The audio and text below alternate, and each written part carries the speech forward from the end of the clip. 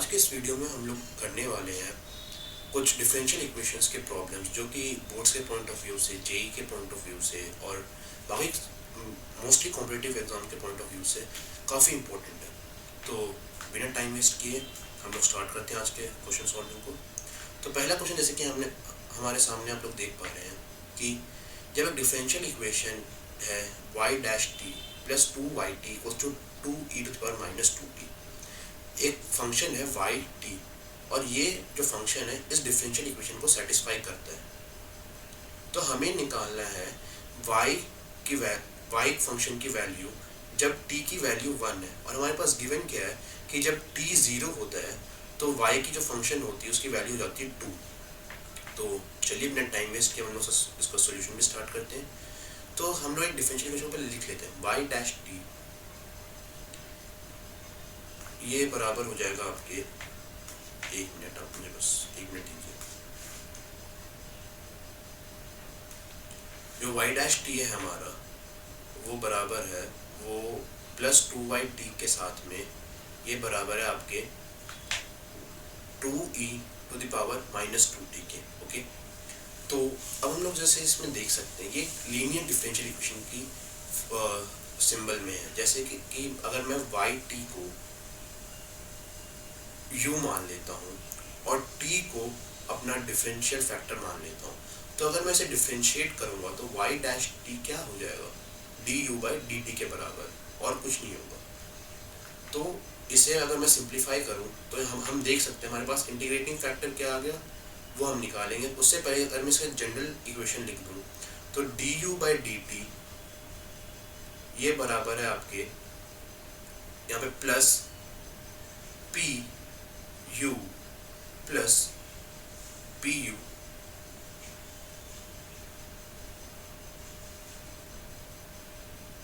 Equal to q के बराबर है। तो अगर मैं इन दोनों को कंपेयर करूं तो p हमारा जो है वो बराबर है 2 के, और du बाई dt जो है वो और कुछ नहीं बल्कि y डैश t है, और जो q है वो है 2e to the power minus 2t। Okay, तो पहले हम इंटीग्रेटिंग फैक्टर निकालते हैं। तो if, और क्या होता है, if equals to e to the power p dx। तो यहाँ पे अगर x नहीं, यहाँ पे हमारे पास है u, तो u और t, तो e to the power 2 dt, तो ये क्या हो जाएगा, और कुछ नहीं होगा, ये हो जाएगा e 2t। ये हमारा इंटीग्रेटिंग फैक्टर है। तो अगर मैं इसे एक साफ सुथरे इक्वेशन में लिखूंगा तो ये आएगा, यहाँ पे मैं इसे लिख देता हूँ, ये हो जाएगा y t multiplied by e 2t, क्योंकि इंटीग्रेटिंग फैक्टर से हम उसे मल्टीप्लाई करेंगे, ये इसके बराबर हो जाएगा। यहाँ पे इंटीग्रेशन का साइन, यहाँ पे q हम लोग लिखेंगे पहले, q क्या है 2e to the power minus 2t, और ये भी मल्टीप्लाई करेंगे हम लोग इंटीग्रेटिंग फैक्टर जो कि e to the power 2t है, और प्लस c जो कि इंटीग्रेशन कांस्टेंट होता है। ठीक है, तो इसे अगर हम लोग आगे सॉल्व करें तो ये आ जाएगा e to the power 2t dot yt equals to, अब यहाँ पे e to the power 2t और e to the power minus 2t ये तो साफ साफ कट गया एक दूसरे से, बचा क्या, इंटीग्रेशन में 2 dt प्लस c, इसे और सिंप्लीफाई कर दो तो 2t प्लस c। अब हमारे पास इतनी वैल्यू तो आ गई, ये एक जनरल इक्वेशन बन गया हमारे पास, और इधर LHS में मैं लिख देता हूँ e to the power 2t multiplied by y to the power t।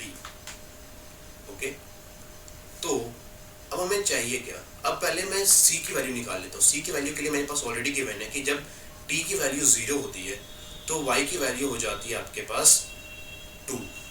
तो मैं t की वैल्यू 0 पुट करता हूँ। जब मैं t की वैल्यू 0 पुट करूँ तो ये तो कम्प्लीटली 1 हो जाएगा और ये हो जाएगा 2, तो ये हो गया 2 इक्वल्स टू, ये तो 0 हो गया क्योंकि t तो 0 है, 2 इक्वल्स टू c। तो मेरा जो डिफरेंशियल इक्वेशन बनेगा वो बनेगा e to the power 2t y t equals to 2t plus 2, यानी कि yt जो है आपका किसके बराबर हो गया, 2t e to the power minus 2t plus 2 to the power minus, एक मिनट अब मुझे थोड़ा सा टाइम, ये आपका बराबर हो जाएगा 2 to the power minus 2t के बराबर। अब हमारे पास निकालनी हमें वैल्यू तब है, अब हमारे पास क्या गिवन है कि जो t है ना वो 1 के इक्वल है। अब y की वैल्यू क्या होगी, तो कुछ नहीं करना, हमें बस t को 1 पुट कर देना है, तो हो जाएगा 2 e to the power minus 2 plus 2 e to the power minus 2, जो कि और कुछ नहीं बल्कि 4/e² आता है। तो हमारे पास आंसर क्या आ गया, 4/e²। अब जरा देखें हम लोग कि ये किससे मैच कर रहा है। 4/e² मैच कर रहा है हमारे क्वेश्चन नंबर फर्स्ट का जो है, ये डी ऑप्शन बिल्कुल सही है, 4 टू द पावर 4/e²। ये हमारा पहले क्वेश्चन का सोल्यूशन आ गया। अब आगे हम लोग बढ़ते हैं क्वेश्चन नंबर 2 पे। उम्मीद करता हूँ कि आपको समझ में आया हो। अगर आपको ये वीडियो अभी तक अच्छा लग रहा है तो प्लीज़ आप लोग इसे लाइक करें और अपने दोस्तों को भी रिकमेंड करें, ताकि वो भी अच्छे नंबर ला पाए और अच्छे से पढ़ पाए। आगे हम लोग देखते हैं। अब ये देखो, ये एक अच्छा क्वेश्चन है कि हमारे पास डिफरेंशियल इक्वेशन है कि dy/dx equals to x³ minus 2x tan inverse y multiplied by 1 plus y²। Okay, अब हमें इसकी एक जनरल टर्म निकालनी है। तो इसमें हम लोग क्या करेंगे, पहले मैं इक्वेशन को लिख देता हूँ यहाँ पे। हमारे पास जैसा आप देख सकते हैं इक्वेशन क्या है कि dy/dx equals to x³ minus 2x tan inverse y और साथ में 1 प्लस y²। ओके, तो अगर मैं इसे थोड़ा ध्यान से इस पर देखूं तो मैं क्या चाहता हूँ कि मैं ये थोड़ा अच्छा सा दिखे, थोड़ा से मैं सिंप्लीफाई करना चाहूँगा। तो मैं इसे ऐसे भी लिख सकता हूँ कि dy/1 plus y² equals to x³ minus 2x tan inverse y और साथ में dx। यहाँ पे कोई दिक्कत होनी नहीं चाहिए आपको। अब मैं इसे ऐसे लिख सकता हूँ dy/dx और यहाँ पे मल्टीप्लाई में क्या आ गया 1 प्लस y², ये साथ में मल्टीप्लाई है, equals to x³ minus 2x tan inverse y। यहाँ तक भी बिल्कुल सही है, कोई दिक्कत आनी नहीं चाहिए इसमें। अब मैं इसे थोड़ा सा और थोड़ा सिंप्लीफाई कर देता हूँ, dy/dx upon 1 plus y² equals to 2x, sorry यहाँ पे प्लस कर देता हूँ, plus 2x tan inverse y equals to x³। यहाँ तक तो हमने बस अभी यहाँ पे इसे सिंप्लीफाई करा है। अब मेन सोल्यूशन अब यहाँ से स्टार्ट होता है हमारा। अब जरा इसे हम लोग देखें तो ये और कुछ नहीं बल्कि ये लीनियर इक्वेशन की टर्म बन जाती है, बहुत ही प्यारी टर्म बनती है। अब कैसे, अगर मैं tan इनवर्स y को, मैंने क्या किया, मैंने tan इनवर्स y को t पुट कर दिया। सपोज करते हैं हम लोग कि ये t के बराबर है, तो क्या होगा, अगर मैं दोनों साइड को डिफरेंशिएट कर देता हूँ तो 1 प्लस 1 अपॉन y² dy/dt/dx ये इसके बराबर हो जाएगा। ठीक है, और यहाँ पे क्या है, dy/dx साथ में आ गया और ये dt/dx के बराबर हो गया। क्योंकि देखो tan इनवर्स x जो होता है ना, जो कि tan इनवर्स x होता है, उसका हमेशा एक याद रख लो, इसका जब भी हम डिफरेंशिएट करते हैं, अगर मैं इसे अगर with respect to x differentiate करूंगा, ये हमेशा 1 अपॉन 1 प्लस x² देगा। ये इसकी प्रॉपर्टी होती है tan इनवर्स x की। तो वापस हम लोग अपने क्वेश्चन की ओर देखते हैं। तो अब मैं क्या करूंगा, तो इस पूरे dy/dx और ये जो पूरा जो टर्म है मेरा, जैसे आप देख सकते हो, इसे मैं क्या कर सकता हूँ, इसे मैं dt/dx के बराबर पुट कर सकता हूँ, बिल्कुल कर सकता हूँ। तो मैं यहाँ पे लिख देता हूँ dt/dx plus 2xt equals to x³। बिल्कुल कोई दिक्कत ही नहीं आनी चाहिए यहाँ पे। अब जरा इसे हम लोग आगे बढ़ते हैं। इसमें ये बहुत ही सिंपल सा टर्म बन गया, उतना डरावना सम से बहुत ही लॉजिकल सॉल्व करने वाला सम बन गया। मैं इसके IF निकाल लेता हूँ। यहाँ पे हमारे पास p क्या है 2x है और q है x क्यूब। तो if निकालने के लिए इसे मैं कर देता हूँ इंटीग्रेट और पावर में t होगा और इंटीग्रेट करूँगा 2x को। तो ये क्या बन जाएगा, ये बन जाएगा हमारे पास ex स्क्वायर। ठीक है, यहाँ तक कोई दिक्कत नहीं होनी चाहिए। और यहाँ पे एक dx साथ में लिख लेते हैं। अब ये जनरल इक्वेशन क्या बन गया हमारे पास कि t multiplied by ex square equals to x cube multiplied by ex square dx plus c। अब यहाँ पे ये हमें कुछ अच्छा नहीं लग रहा देखने में, तो इसमें मैं एक बार और कुछ सब्स्टिट्यूट करना चाहता हूँ। तो इसे मैं ऐसे कर सकता हूँ कि मैं क्या करता हूँ, यहाँ पे मैं ना x स्क्वायर को u मान लेता हूँ। ठीक है, तो 2x dx क्या हो जाएगा, du हो जाएगा बिल्कुल। तो अगर ये हमारे पास जब इतना आ गया, जब हमारे पास ये इतना आ ही गया है, तो मैं इसे थोड़ा सा और सिंप्लीफाई करने के लिए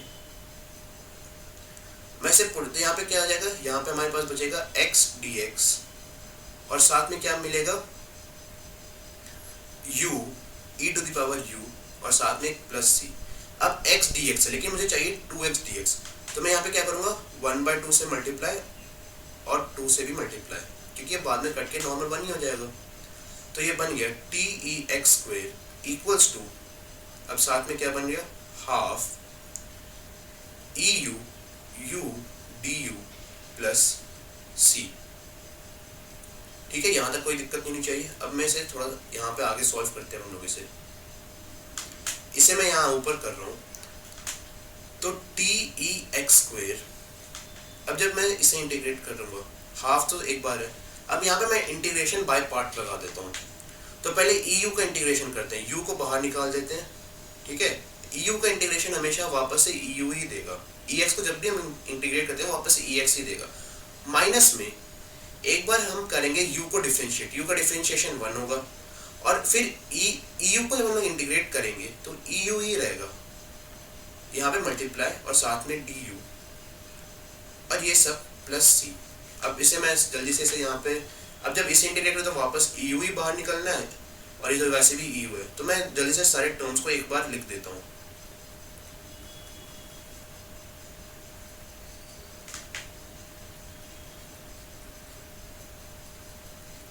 अब मैं सारी वैल्यूज को यहाँ पे पुट करना चाहता हूँ। तो t हमारे पास है tan इनवर्स y और u है हमारे पास x स्क्वायर। तो क्या हो गया t तो tan inverse y, tan inverse y dot ex square equals to half, मैं हाफ कॉमन ले लेता हूँ और ex स्क्वायर भी कॉमन ले लेता हूँ। तो x square minus 1 plus c, हमारे पास जनरल इक्वेशन मिल गई हमें। तो अगर मैं इसे थोड़ा साफ सुथरा और कर दूं, यानी कि मैं एक काम करता हूँ, मैं सिर्फ tan इनवर्स y को एक तरफ रखता हूँ, तो क्या हो गया कि tan इनवर्स y जो है वो बराबर हो जाएगा half x square minus 1 plus c e minus x square के। तो हमारे पास जो है हमारा आंसर आएगा कुछ इस फॉर्म में, ये हमारा आंसर है। तो हम लोग जरा इसे मैच कर लेते हैं, ये किस ऑप्शन के साथ मैच हो रहा है। अच्छा, तो इसने एक काम यहाँ पे क्या कि हम इसने हाफ को भी ना इसने इस तरफ ले आया। तो हम लोग यहाँ पे क्या करते हैं, अगर मैं यहाँ पे एलसीएम ले लूँ 2 से, तो ये क्या हो जाएगा 2 tan inverse y equals to x square minus 1 plus 2c e minus x square. तो ये हमारा फाइनल आंसर आ गया और ये बराबर है आपके, ये बराबर हो जाएगा आपके क्वेश्चन, ये ऑप्शन बी के बराबर हो जाएगा।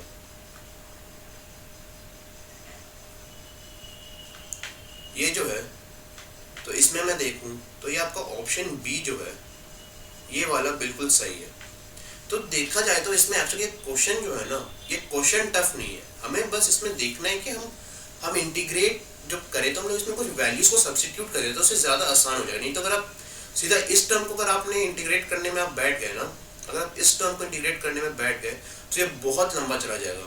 हाँ, बल्कि मैं ये भी कहूँगा ये भी थोड़ा लेंथी है, लेकिन यहाँ पे क्या कर रहे हैं हम लोग, हर एक स्टेप के बाद ये थोड़ा सिंप्लीफाई होता जा रहा है, तो ये उतना मुश्किल नहीं लगेगा। लेकिन अगर हम उस पूरे एक्स स्क्वायर एक्स क्यूब इतने बड़े बड़े टर्म्स को अगर हम लोग साथ में इंटीग्रेट करेंगे तो वो कुछ बहुत कॉम्प्लिकेटेड दे देगा।